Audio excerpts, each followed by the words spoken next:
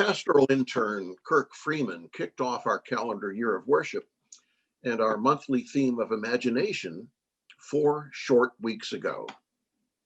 Well, in normal times, we would say 4 short weeks ago, but this year, with everything that's happened in the last 28 days, it seems way longer. Kirk talked to us about process theology, a philosophical tradition that emphasizes becoming and changing over static being. He said that change is the place or moment where all of creation and the creative force meet. He invited each of us to participate in dreaming or imagining the world into being. If I may paraphrase slightly, he told us that each moment of creation begins as an idea, a suppose. And only when we take that suppose and change it into a may it be so, do we create reality. Imagining the world into being. The relationship between imagination and reality is a topic that's been pondered by us for time immemorial. Henry David Thoreau wrote, "The world is but a canvas to the imagination." And the English philosopher Colin Wilson stated, "Imagination should be used not to escape reality, but to create it." They believe we can imagine the world into being. Well, we've had this month to mull over this thing called imagination. Thanks, Kirk, for getting us started. Then we shuddered with Reverend Rebecca in the aftermath of the violence at the Capitol, trying to imagine how we could help heal our country. The following week, we celebrated the imagination of the Reverend Dr. Martin Luther King Jr.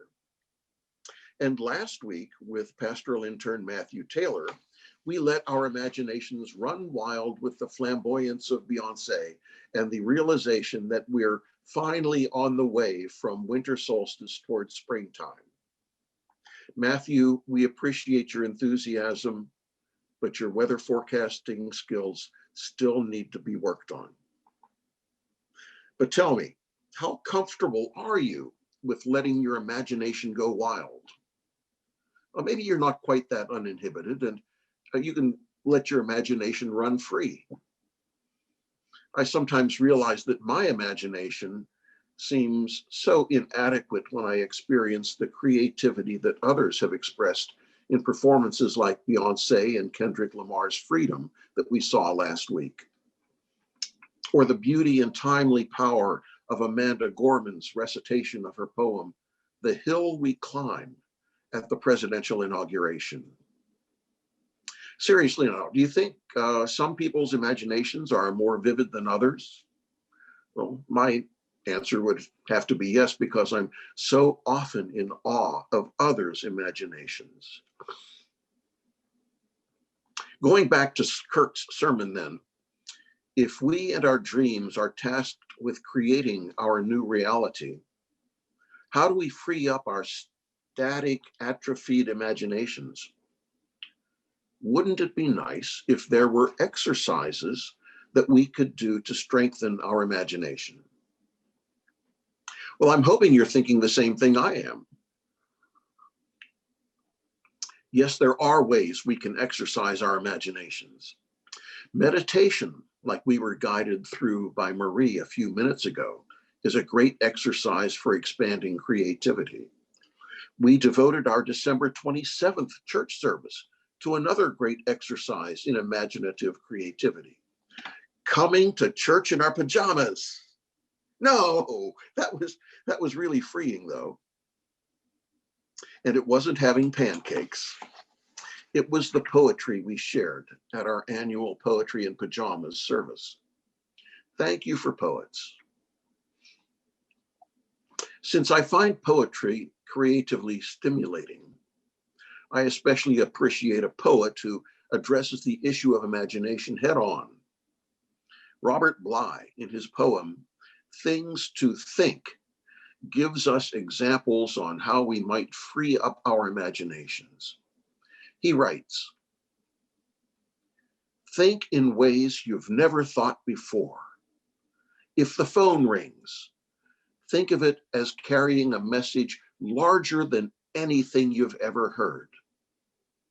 When someone knocks on the door, think that they're about to give you something large, tell you that you're forgiven, or that it's not necessary to work all the time, or that it's been decided that if you lie down, no one will die.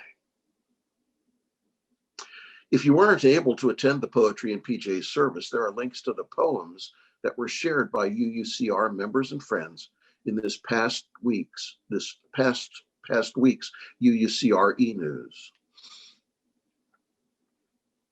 UUCR subscribes to Soul Matters Sharing Circle, a resource that provides inspirational and worship resources for all aspects of UU life, from religious education and small groups to worship materials and leadership training. Our monthly spiritual themes, like imagination for this month, come from Soul Matters. It offers monthly spiritual exercises too. And that means this month there are exercises on imagination. I'm co-leader of a small group ministry gathering, and we use some of the exercises in our bi-weekly discussions. Hey, while I'm here, let me give a shout out to one of the amazing, the amazing group of people in the daytime small group ministry. Hi guys, glad you're here. One suggested exercise this month was to pick a book of fiction, an imaginary story that shaped your real story. Our Soul Matters guide suggests finding a book that rooted itself in our imaginations and wormed its way into our real life living and loving. Well, if you think this is an easy exercise, take a minute and see what books you come up with. I know somebody out there just flashed on Jonathan Livingston Seagull, didn't you? And that's wonderful, because it was your individual inspiration for your own imagination. If you come up with a keeper with a book that really relates to you, please jot down the name of the book in the chat. Well, I stumbled around with this exercise. I thought of all the great and serious fiction that I'd read and tried to decide how it influenced my imagination. Hemingway, Kingsolver, Toni Morrison, John Steinbeck, all authors that I loved. But did they stoke my imagination? Then I realized I'd been looking in the wrong bookcase.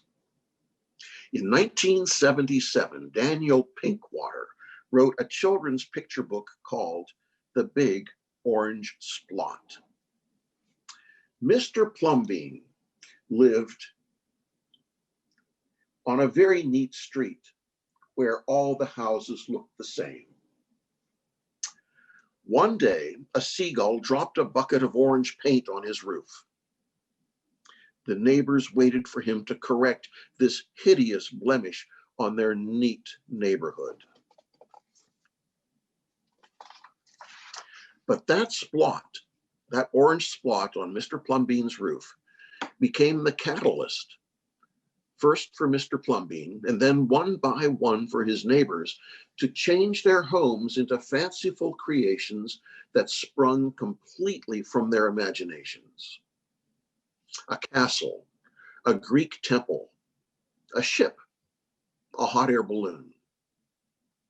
As Mr. Plumbean concluded, "My house is me, and I am it. My house is where I like to be, and it looks like all my dreams." The Big Orange Splot has become my personal manifesto in more ways than I have time to tell you about this morning. And I'll post a link to the story in this week's UUCR e-news. One final tale of imagination. In 2001, I attended a Super Bowl party with a large group of friends, mostly from my college. It was an annual event for more than 40 years that brought us together from around the country to places near our college in northwestern Pennsylvania. And I recently discovered that Adrian Graham is also an alumnus of Allegheny College. And I'm still not sure why we used to get together in the Lake Erie snowbelt in February, but we did. That year we happened to be in Cleveland. And early Sunday afternoon before the Super Bowl, 20 or so of us walked to the relatively new Rock and Roll Hall of Fame on the shores of Lake Erie. If you've visited it, you know the moving experience of I.M. Pei's masterpiece building, taking you up through 6 levels of permanent and temporary exhibits to a relatively small space in the tower room. When I was there, the temporary exhibit at that time was John Lennon, his life and work.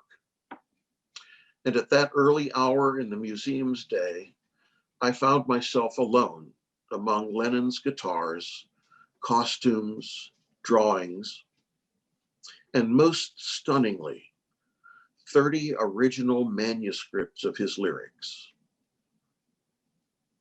To preserve the documents, the lighting was kept very low, and recordings of Lennon's songs softly played. There was no cathedral in the world that was more beautiful than that room at that time. And when the song Imagine began playing, there really wasn't anything I could do but sit on the bench, surrounded by Lennon's incredible imagination, and weep with appreciation. Thank you, Chris. Such is the incredible power and beauty of human imagination. Lennon once said, reality leaves a lot to the imagination. And I take that to mean that reality, real reality, our creation, will spring only from our collective imaginations. You may say I'm a dreamer, but I'm not the only one. I hope someday you will join us and the world will live as one. Let's let our imaginations go wild. May it be so.